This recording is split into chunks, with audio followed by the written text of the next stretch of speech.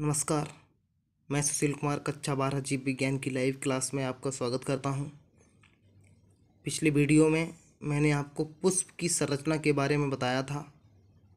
मैंने बताया था कि पुष्प के 4 भाग होते हैं: बाह्य दलपुंज, दलपुंज, पुमंग और जायंग।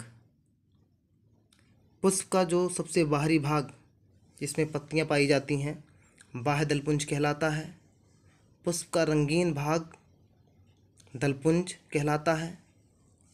जो पुष्प का नर भाग होता है जिसको पुमंग कहते हैं, और पुमंग 2 भागों में बटा होता है, परागकोश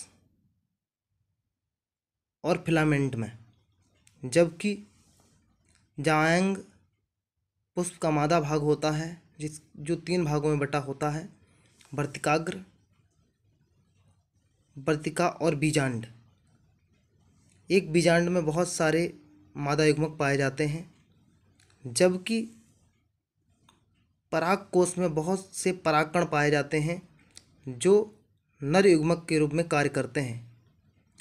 ये नर युग्मक किसी माध्यम के द्वारा जब वर्तिका के ऊपर पहुंचते हैं तो पराग नलिका के द्वारा मादा युग्मक के साथ फ्यूज होकर के एक जाइगोट का निर्माण करते हैं, जिसके द्वारा एक नए प्लांट का निर्माण होता है। अब इसी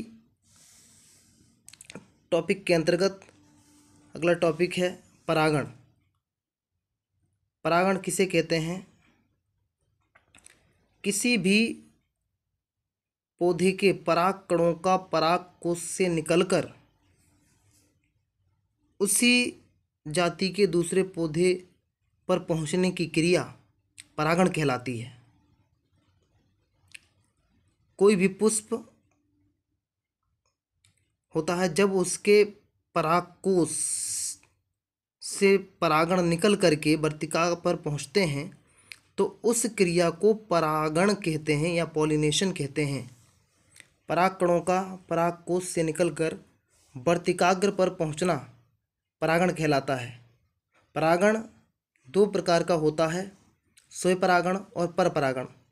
स्वपरागण वे होता है जिसमें किसी भी माध्यम की आवश्यकता नहीं होती है, सिर्फ अपने आप ही परागण परागकोश से निकलकर वर्तिकाग्र पर पहुंच जाते हैं और वहां कुछ दिनों के बाद रहने के बाद अंकुरित होकर बीजांड में प्रवेश करते हैं पराग नलिका के द्वारा, और मादा युग्मक के साथ फ्यूजन करके जाइगोट का निर्माण करते हैं। तो परागण 2 प्रकार का होता है, स्वपरागण और परपरागण। स्वपरागण क्या होता है? जब किसी पुष्प के परागण अपने आप उसी पौधे के दूसरे पुष्प के वर्तिकाग्र पर पहुंचते हैं तो उसे स्वपरागण कहते हैं। इस परागण में किसी माध्यम की आवश्यकता नहीं होती है। जबकि स्वपरागण में क्या होता है? जब किसी पुष्प के परागण अपने आप उसी पौधे के दूसरे पुष्प के वर्तिकाग्र पर पहुंच जाते हैं और जर्मिनेट होकर के पराग नलिका के द्वारा मादा युग्मक के साथ फ्यूजन करके जाइगोट का निर्माण कर लेते हैं। दूसरा है परपरागण। परपरागण मुख्य रूप से 3 प्रकार से होता है। एक होता है वायु परागण, जंतु परागण और जल परागण। परपरागण में माध्यम की आवश्यकता होती है। परपरागण सबसे अच्छा मधुमक्खी के द्वारा होता है।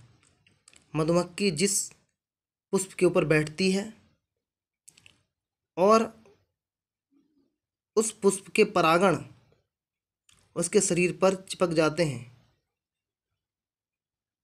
चिपकने के बाद जब वही मधुमक्खी दूसरे पुष्प के ऊपर बैठती है तो वह दूसरे पुष्प पर जाके चिपक जाते हैं, जिससे परागण हो जाता है, जिसको परपरागण कहते हैं। परपरागण का सबसे अच्छा उदाहरण मधुमक्खी है।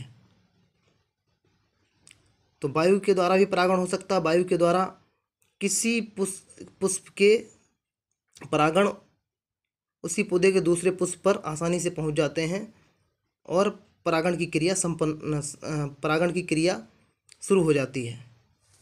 इसके बाद एक और परागण है कृत्रिम परागण।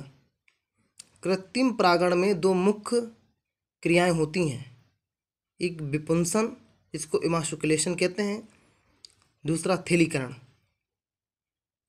तो ये दो क्रियाएं कृत्रिम परागण में मुख्य रूप से भाग लेती हैं। इसके बारे में मैं अगले वीडियो में आपको समझाऊंगा।